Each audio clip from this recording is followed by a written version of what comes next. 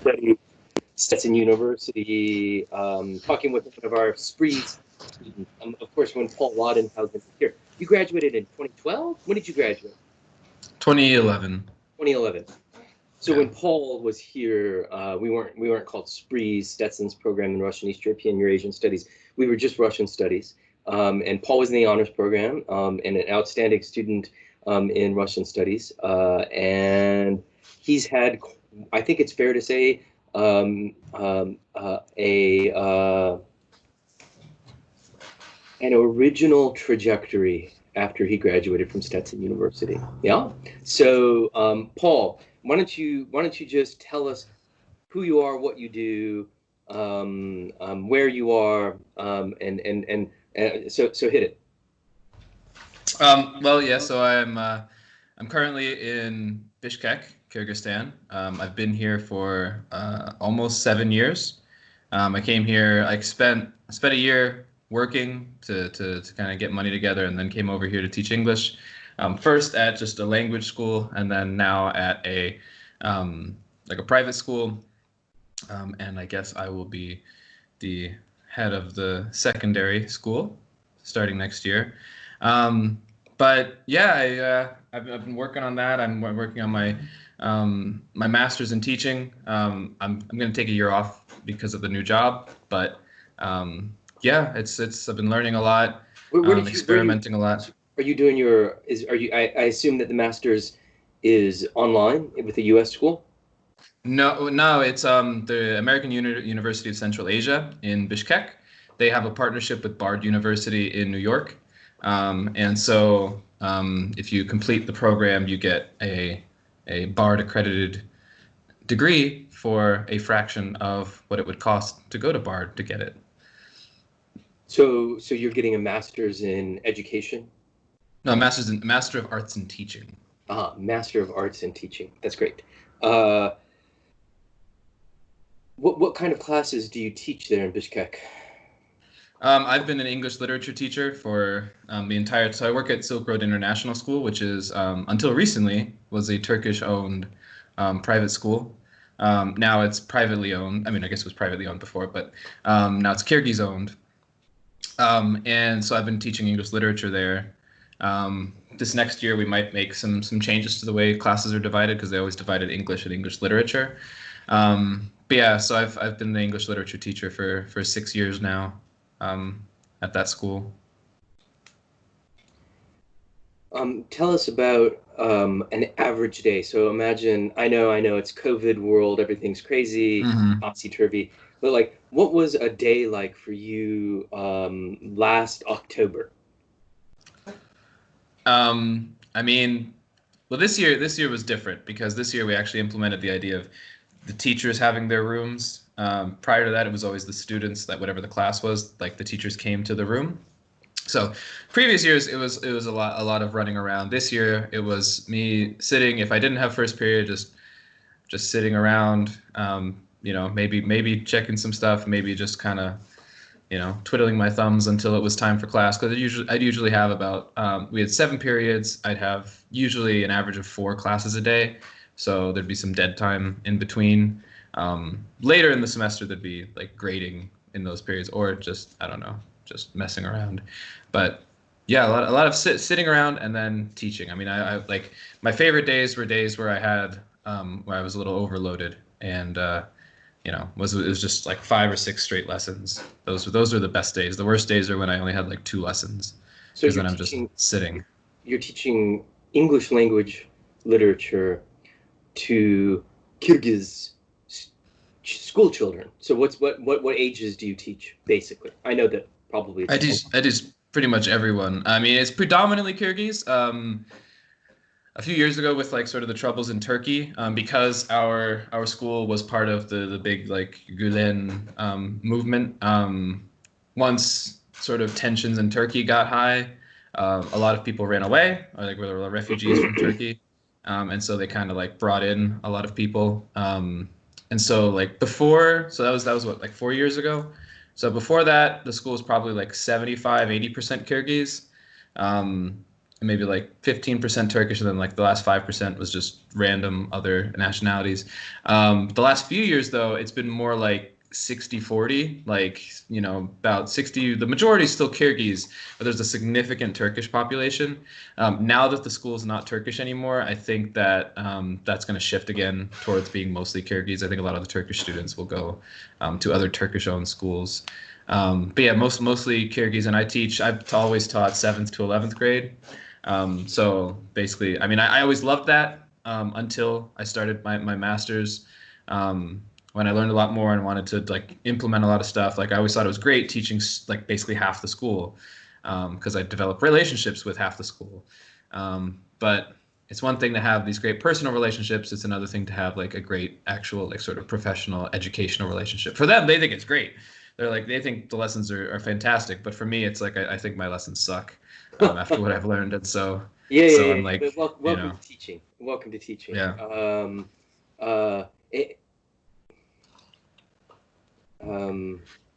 Often the people who seem least well adapted to teaching are the best teachers.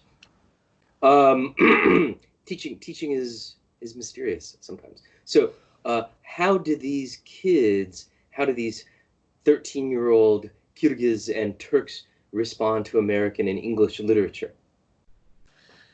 It was so before I came to the school, very, very negatively.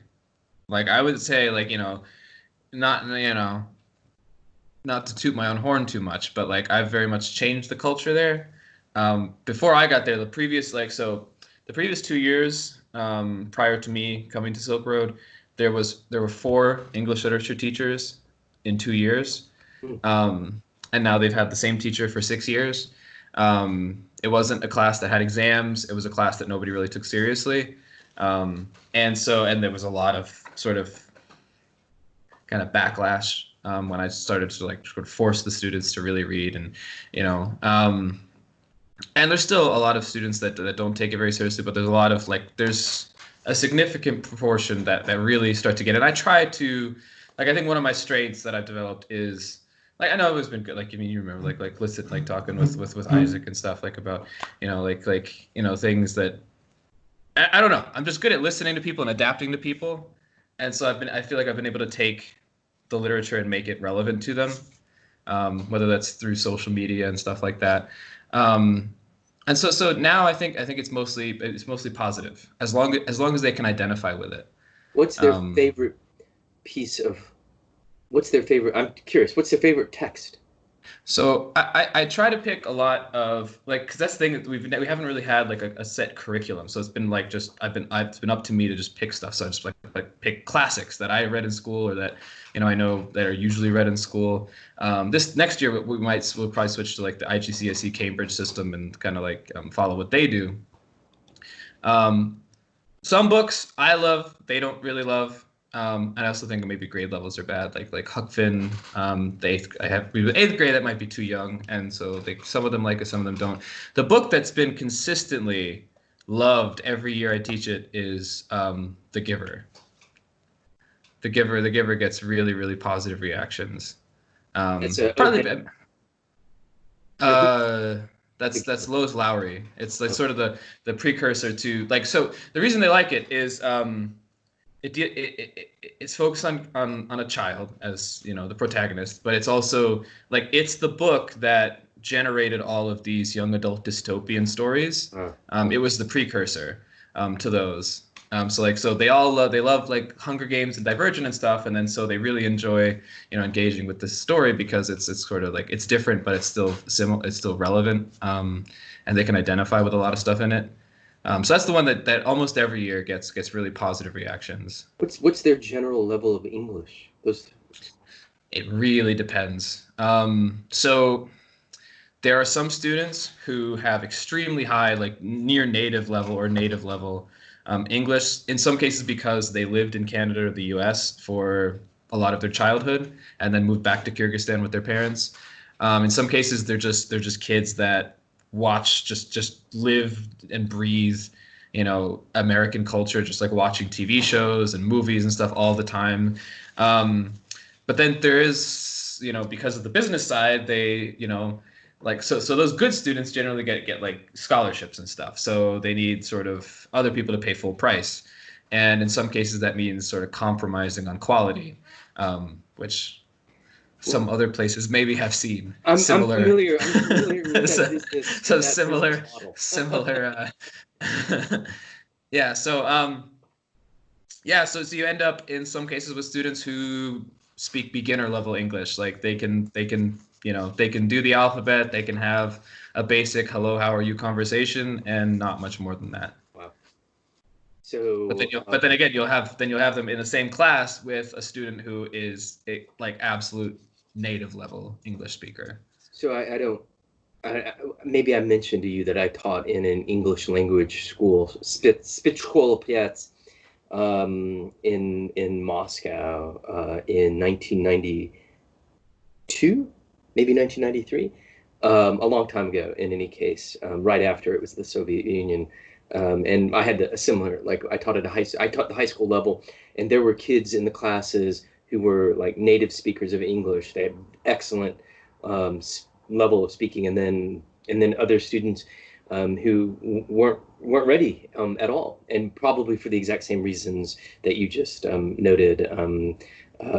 But also just some kids just didn't have the opportunities that other kids did to develop their facility in English. But anyway, I too taught high school right after I graduated. So what if you were to say a few words about living as an expat of all places? My guess is 95% of Americans have never heard of Bishkek, and of the 5% who have heard of Bishkek, very few, if any of them, could identify it on a map or place it on a map. Tell us a little bit about what it's like to be an American expat working and living in the capital of Kyrgyzstan, which is way closer to Beijing than it is to anything. No, Moscow. Yeah, I mean, well, until the last few years when I started making some change. I mean, I've always had a certain sense of style, but so like for me, living here is not difficult. I get stared at a lot. Dude, you got dreadlocks. Yeah, that's what I'm saying. It's mostly because of my hair. Prior to that, though, everyone just assumed I was Turkish and nobody would pay any attention to me. You look Turkish. I hadn't realized. Yeah, when I had short hair. I mean, it's good. It's a really, like, people on the street will definitely stare when they notice foreigners, probably because they haven't seen many foreigners.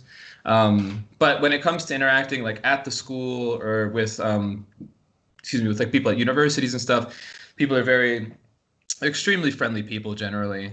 Extremely hospitable people. A lot of times, like in taxis and stuff, when people find out you're American, they'll get really excited and they want to talk to you about it, give you their opinions about American politics and stuff like that. Or do you stick to Russian? I speak a little bit of Kyrgyz. I took a few months of classes. So that's something like in any country, if you can say, like just my name is or something, people will be like, oh, Azamatsus. That means excellent. But yeah, I mean, I speak a little bit of Kyrgyz, mostly stick to Russian. There's been a bigger an increase in the amount of Kyrgyz spoken in the last few years. Because they've been really pushing it. Because there was a point when I first came when basically nobody in Bishkek spoke Kyrgyz. Yeah. Like only people at like the bazaar would speak Kyrgyz. But now you'll hear it on the street a lot. I think I'm right in saying that Kyrgyzstan is the only republic of the original 15, obviously aside from Russia, where Russian is a national language. Maybe Ukraine and Belarus. But well, like, the thing with that, when we went to Kiev, everyone was like, "Don't speak Russian there." We go there, everyone's speaking Russian. No. Half of them are Russians, and everybody's fluent in Russian. Yeah. I know this is a complicated question, and it gets more complicated the older you get. So you came to Stetson University. You majored in Russian studies. You were in my classes. Uh, um, Look back on that time, and what's the value of your education? Hmm. I know it's tough. It's a tough question. Hmm. I mean, the most important thing from my education was studying abroad, and all of the classes. I mean, because like I mean, of course they're important. Your like Russian history and Russian like other stuff classes. For me, I only ever cared about my language classes, because I mean that was preparing me for interacting with people in Russia, and then study abroad was sort of like the culmination of all of that. Um, I don't know. So that's I mean I guess it broadened my mind and it broadened my horizons and it sort of like exposed me as I mean because I think that's despite us being such an incredibly multicultural country, um, we're still the vast majority of Americans tend to be live within their own bubble, and not really think about people different from them as we're kind of seeing recently.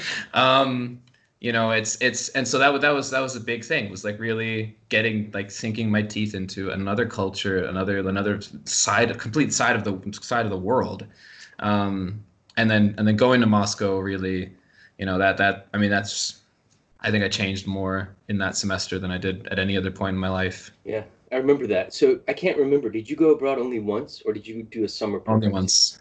I Only only did once. How once. the hell did you end up in Bishkek? I actually don't remember.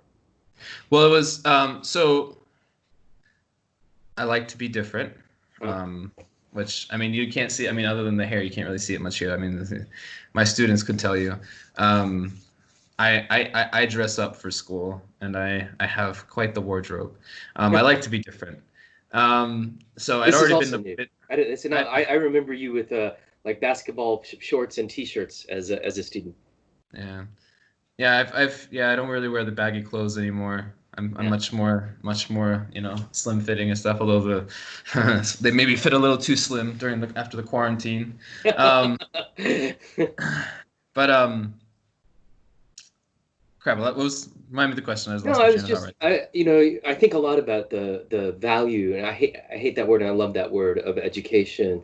Um, and the farther you get from graduation, the older you get, of course, the less the content of the Mm. courses is important. And right, so like I went to college Oh, between 1988 and 1992, and I honestly, aside from Russian, which has proven surprisingly useful, I don't remember. I was an econ and poli sci major, and like those, I don't remember the content or even like the words of professors. But I think for me as well, it was the exposure, the sudden broadening and realization of the smallness of my own world. And also, I'll point out that like relationships were really important. And I mean that mm, like your relationships with professors and role models, but also the people you meet.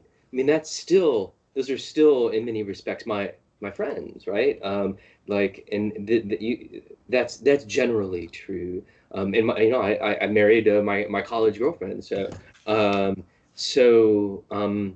it's interesting how the content gets detached from the experiential element of your university education, and the actual matter of what you studied becomes less and less important. I'll point out in a big picture sense that getting a bachelor's degree, if you want to think of multiple meanings of the word value of education, of course, as Paul and I will both know, that you can't like the value, the monetary value of an education is enormous because we couldn't go to graduate school. We couldn't get the jobs that we got without our undergraduate education. But mm, then there's also the value in a more humanistic sense of the word, and the learning, and the experiences and the skills that we got. So and they actually become more important the longer you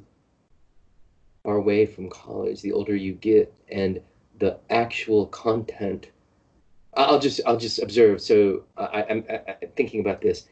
It's so fascinating. I was a political science major during our first misadventure in the Middle East during the first war with Iraq, when Hussein invaded Kuwait. Um, and I remember that was the content of our courses. It overshadowed everything at the time. I took classes with a Kuwaiti expat. I took classes on the politics of the Middle East. And here's the astonishing thing, and I swear this is true. Never once was the word Islam mentioned in the 4 years that I went to school, because that just was not that just was not an issue. And that's hard to make people believe that in 1990, 1991, when people thought of the Middle East, they didn't think of Islam because, of course, now it's the first thing they think of. But like, I was a political science student for 4 years, and we never mentioned Islam or Christianity or fundamentalism or any of those sorts of things. It was all about oil and the New World Order and hegemony and a bipolar world, et cetera, et cetera, et cetera. So anyway, I guess I'm just pointing out that as you move away from the actual classroom, the content, the ideas, the facts of the classroom become less important. And but that's not to say that your education becomes less important. Anyway, sorry, I didn't mean to grandstand there, Paul. No, that's fine. I made a couple notes because a couple of things I want to touch on. First, that's so true. Just on that note, of course, I was only 12 years old when September 11th happened. Yeah. So of course I didn't know, but if you didn't live in certain metropolitan areas, I don't think anyone even knew what Islam was at the time. It only became a thing when September 11th happened. People don't know. I had never even heard the word until again, I was only 12, but I don't think I'm in Florida, there's no Muslims in Florida. You're not going to say. So, by the way, just to make you feel old, Paul, now our classes come in having been born after 9/11. Yeah. Right? Yeah. Right? As soon as it's 2020. I try to make movie references, and I'm like, oh God, you were only 3 years old when that movie came out. Even The Dark Knight. I try to bring up The Dark Knight. We had a movie night at Stetson with Nightcap, and I was like, you guys were only 5 years old when that movie came out. Huh. Yeah. And so one of the tragedies of teaching is that you just get older and older, but your students stay the same age. Yeah. That weighs on my mind a lot. Well, what else did you want to say? You said But and on that note also, that's been a big thing coming here is the majority of people in Bishkek are Muslims in the same sense that most Americans are Christians, that it's they're not really particularly practicing, but pretty much everyone is Muslim. And so it's basically been really seeing what people like that are like. And so getting to see that side of the world, not just taking in what whatever the news feeds you about it is a big thing. Your question before was how did I end up in Bishkek? And that was, so I like to be different. That's where I started with that. But I didn't want to go back to Russia because I'd already been there. And I was looking at countries where Russian was spoken, and it came down. So I got my TESOL, TEFL, whatever certificate. And the program I did it through had several partner schools. And at the time, Georgia was trying to really push. So this was after the South Ossetia stuff and everything. So they were pissed off at Russia, and so they were like, we're not going to speak Russian anymore. We want English teachers. We're gonna speak English is going to be the national language of Georgia. This is Mikhail Saakashvili, who speaks English fluently. So go on. And so we went to the Georgian restaurant in Kiev where he was arrested. Yeah, I know that. Yeah, this is really good. Yeah, it's so there was that, and then they also had a partnership with the London School in Bishkek. And I was like, so I want Georgia sounds really cool, but since they're trying to move away from Russia, I want to make sure it's somewhere where I'm going to be able to practice and improve my Russian. And it should be somewhere off the beaten path. So both fit that description, but since in Bishkek, Russian is the national language along with Kyrgyz, that's why I decided to go here. Originally only on a 6-month contract, and now 6 years later, no, 7 years later, you know, I'm still here. And then yeah, that idea of the relationships and what education is. I mean, it is definitely skills and things that you're taught. But like what you were talking about, I mean, of course, I've experienced it with you. You know, like my significant other has experienced it with her professors. You know, like everyone experiences it, like teachers and professors that they really connect with. That you know, you create these lifelong sort of relationships, and you know, I mean, you can never really truly be friends. I mean, you can, but it's like, you know, no matter what, you're always going to be Dr. Denner. You know, it's like I can't call you Michael. You know, but with her, I you know, I can call her professor by her first name because she wasn't my teacher. You know, so she was my class. So I don't have that relationship. But with you, I mean, you can't be Michael to me. I can't call you that. And then I'm sure with the, you know, at Northwestern like that it's like, you know, you can't call him by his first name. It's like, you know, it's never that relationship. It's a different kind. It's role models, right? And it's like different models for I look back on my undergraduate and graduate professors and ways of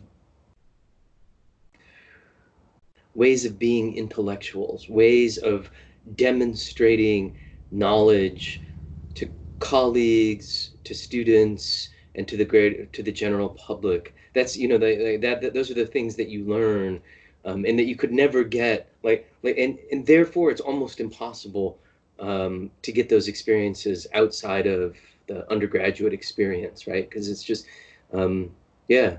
So I don't know, models for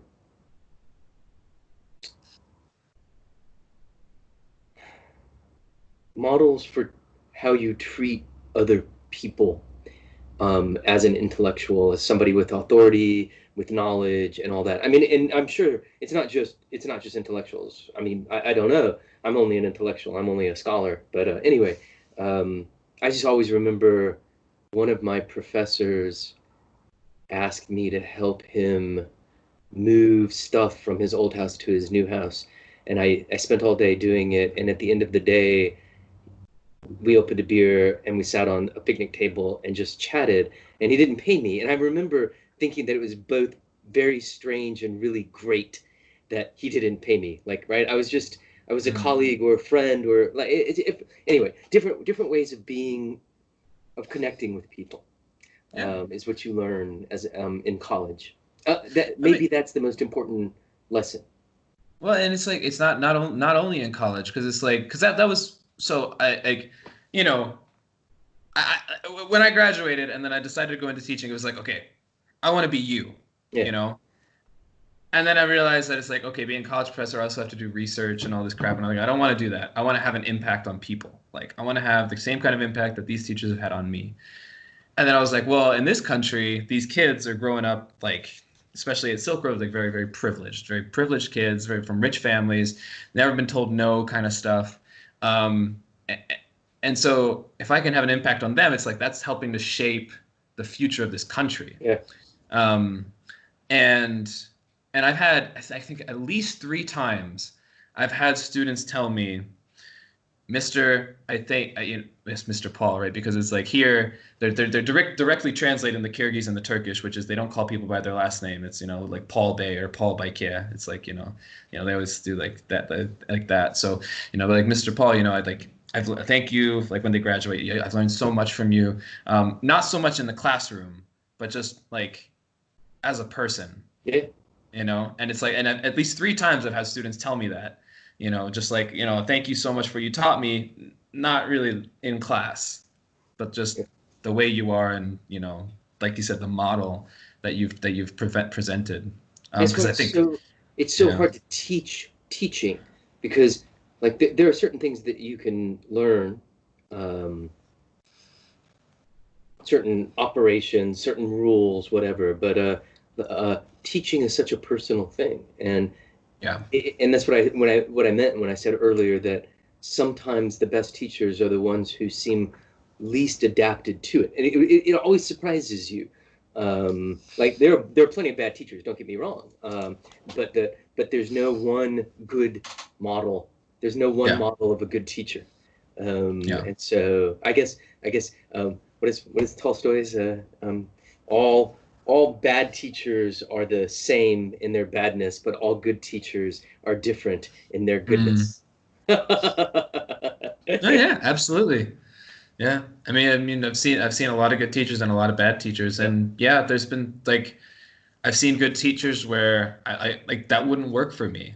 I wouldn't be able to Yeah. teach that way, Yeah. and also Go yeah, ahead, well, Paul. and it's like because I'm known as a disciplinarian, which I mean you might not expect, but I'm like, no, Sorry, absolutely, sorry. yeah, I'm like, yeah, Sorry. I It's good. am I'm the strictest teacher at school Wow. generally, um, but then like I give advice of like, well, like well, it's like people who can't manage the classroom, and here it's like I've seen some teachers, very qualified teachers, very like very experienced teachers. They come here, they do what they like. I've dealt with these kind of kids before.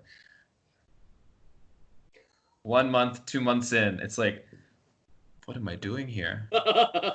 It's like this is Bishkek, Silk Road. It's a different animal, you know, and that is very much connected to the politics, right? It's like these are the kids of parents Yeah. who made their living after the fall of the Soviet Union, right? So it's like in this culture or this climate of either money or connections can solve anything. Okay, if I say the right name, you're going to give me what I want.